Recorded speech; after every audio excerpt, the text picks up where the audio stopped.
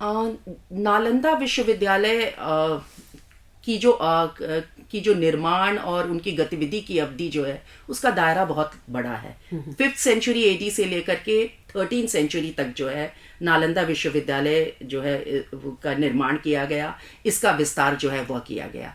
इसकी स्थापना जो थी कुमारगुप्त फर्स्ट के द्वारा की गई थी 5th सेंचुरी एडी के लगभग, और यह जो था एक ऑर्गेनाइज्ड यूनिवर्सिटी था, संगठित यूनिवर्सिटी था, और जिसमें आज के आधुनिक विश्वविद्यालय के तरह सर्टिफिकेट दिए जाते थे। अच्छा। और बहुत ही इंटरेस्टिंग ये है कि प्रवेश के लिए यहाँ पर सबसे पहले जो था छात्र को द्वारपाल को संतुष्ट करना पड़ता था उनके प्रश्न का जवाब दे करके। अच्छा। और द्वारपाल को यह अगर एहसास होता था कि यह छात्र जो है वह विश्वविद्यालय में जाने योग्य है तो तभी उसको एंट्री जो थी वह दी जाती थी। स्क्रीनिंग वहीं पे हो जाती वहीं पे स्क्रीनिंग जो थी वो बिल्कुल द्वार पर ही स्क्रीनिंग हो जाती थी, और अगर छात्र जो था वह अगर नहीं था तो वहीं से उसको लौटा दिया जाता था।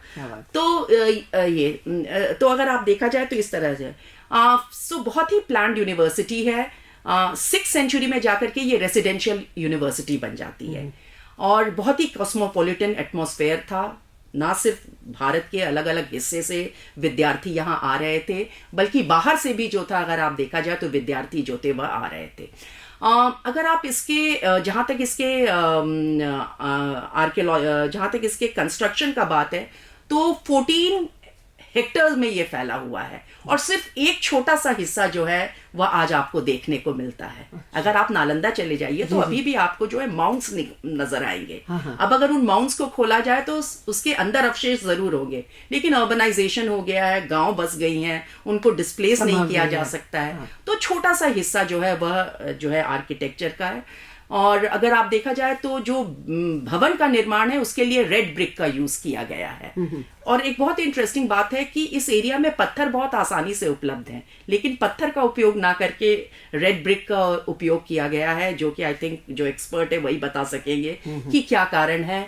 और बहुत ही इसकी जो लेआउट है वो मतलब बहुत सोच समझ के की गई। अगर आप बहुत प्लान्ड है, अगर आप चले जाए तो स्टूडेंट्स के आपको सेल मिलेंगे जहाँ पे स्टूडेंट्स रहा करते थे, लेक्चर थिएटर्स मिलेंगे आपको, लेक्चर थिएटर्स में प्लेटफॉर्म मिलेगा जहाँ पर जो गुरु जो थे वो प्लेटफॉर्म पे चढ़ करके लेक्चर्स देते थे। मेस के आपको एविडेंस हैं, कैंटीन के एविडेंस हैं, इसके अलावा आपको चैत्य है, महाविहार है, स्तूप है। तो ये सारे जो है अगर आप देखा जाए तो आप जो है नालंदा के अधीन मिलता है। और आप यह कह सकते हैं कि ये एक तरह से जो है नालंदा जो है 5th सेंचुरी से शुरू होती है और 13th सेंचुरी तक जो है इसमें एडिशंस होते चले जाते हैं। यानी पाल शासकों के अधीन भी जो था इसमें एडिशंस हुए। 3 स्टोरीज जो थे इनकी 3 स्टोरी की लाइब्रेरी थी जहां पर किताबें थी।